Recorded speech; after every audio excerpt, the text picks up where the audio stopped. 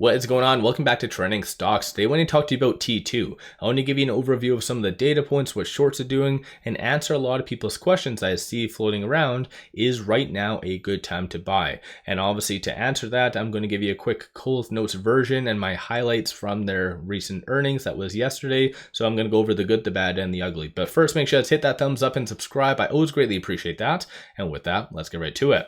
So currently it is down 52.87%. It did have a low of $6.81. As far as volume, 2.04 million shares being traded, 942 is the average. No news today itself, so I've already covered a lot of everything else in the previous videos. And when it comes to options, they still haven't kicked off, and this is something I did signal yesterday, the fact that it most likely wouldn't be effective, or the new chains wouldn't be effective until Monday. So in case you do have options, contact your broker. They're probably going to make a custom chain for you on which you can essentially just hold or sell. You won't be able to add to that specific chain, and they'll probably customize it. Every broker does something different, but in theory, T2 did do a 1-to-100 reverse stock split, and coincidentally, there's 100 shares in a option for one option. So it's kind of simple. They'll probably just reduce it down to one physical share per option, keep the strike price the same. That's just my own opinion, of course, but every broker was going to do something different, so contact them.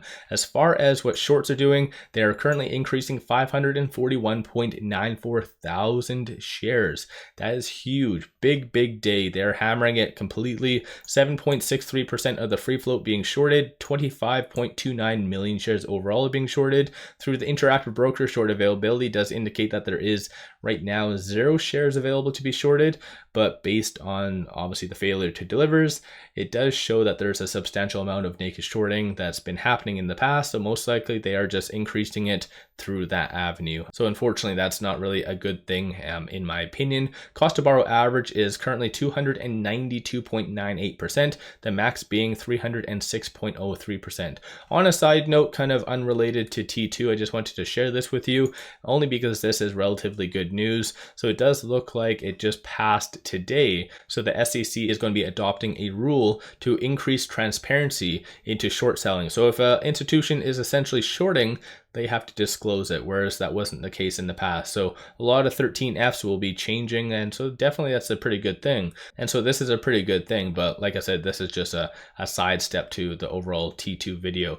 So when it comes down to it, this is unfortunately most likely going to continue. Shorts are going to continue to pound T2 because as it stands, there isn't that much buyers, and based on the earnings, it wasn't necessarily the best. And keep in mind, when it comes down to biotechs, that's not my field of expertise. I am more of a trader, so I like to look at the metrics, the numbers, and stuff like that. So when I was listening to the earnings call yesterday, a lot of that was over my head. But some things I took from that is that the actual results of the technology itself do work very good. And so of course the stats really justify that, and obviously everything I'm going to touch on might allude to a potential takeover. That's one thing I did say when I was live streaming the earnings.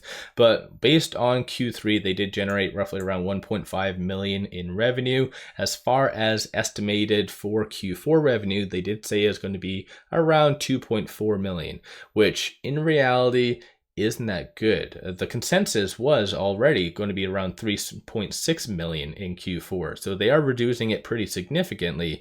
And not only that though, they do talk on a lot of other red flags, such as the BARDA revenue did actually conclude on September the 15th. So when it came down to it, that kind of means dilution. And then even later in the actual earnings, they brought up about the whole reverse stock split being enacted yesterday and ultimately why they did that. And their reasoning is the fact that they really were adamant that they wanted to stay on the NASDAQ for capital reasons. So when it comes down to that, that does mean dilution. No other way to spin it. It is just plainly dilution, which is kind of logical because based on this, they did say that they have around 24.3 million in cash and cash equivalents as of September the 30th.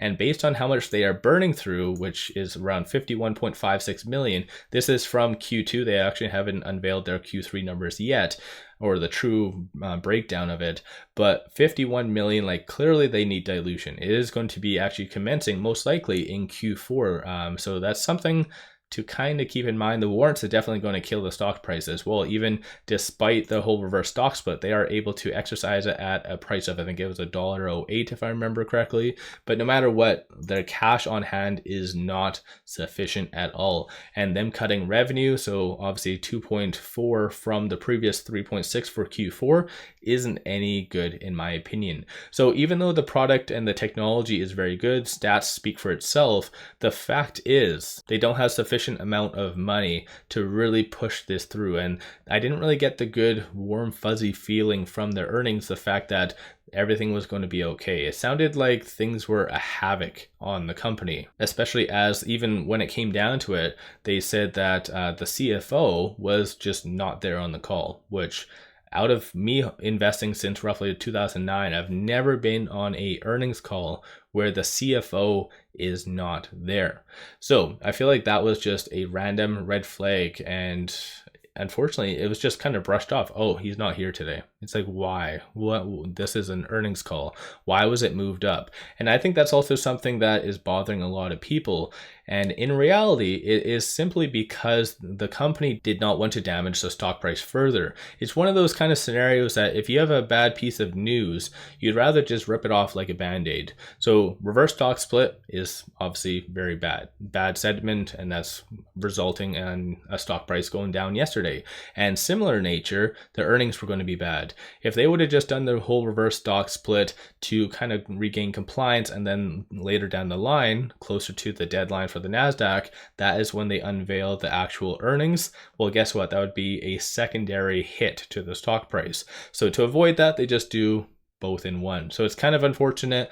On a side note, that might be a positive thing, the fact that they don't have any more negatives to bring up as of right now. So that might be a little bit more positive for at least the foreseeable future. But regardless, this is why they did move up their earnings, maybe why the CFO was not happy. Definitely a lot of red flags when it comes down to that. But overall, they did say that the backlog is going to be completed fairly soon within Q4. So that's definitely a good thing as far as that. But just the fact that BARDA revenue got cut, and just really the fact that I sensed that they wanted to dilute and that they were going to be diluting in the very, very foreseeable future, is just not something that I think people wanted to hear at this stage. So let me know your thoughts on T2. Are you bold enough or brave enough to buy today, sell? What was your takeaway from all of this, especially their earnings? What was your takeaway from that? Was there any other highlights that stood out to you? I know about the instruments, that is very, very low. And actually, on a side note, one thing that stood out to me from their earnings was that they actually had 2 analysts on there. So that kind of threw me off. One kind of sounded scripted, so Kyle from Canaccord. So that one, his questions seemed very calculated towards a positive a little bit, but genuinely he talked on how there was instruments. I think based on last year there was 51 instruments sold, whereas this is a little bit lower. And one thing that the CEO did actually state is the fact that international, they find that actually surprisingly a lot more easier to sell versus in the States, which as far as my research, I think it was kind of backwards from that, especially as well based on their last year results of the 51 instruments. Most were in the US. So I don't know. A lot of interesting things all happening at once. We'll just have to sit tight and wait. What is your takeaway from all of this though? Don't forget to hit that thumbs up and subscribe. I always greatly appreciate that. And one final thing, even though T2 goes up, down, sideways, all over the place, take advantage of these promos such as Moomoo. So just sign up for an account with Moomoo, throw $100 at it, and you get 5 free stocks. Each stock is valued up to $2,000. So take advantage of this. Link in the description below and also the comments. Only up until October the 20th, so it just got extended. With all that said, I appreciate all of you watching, and let's eventually make a lot of money on T2.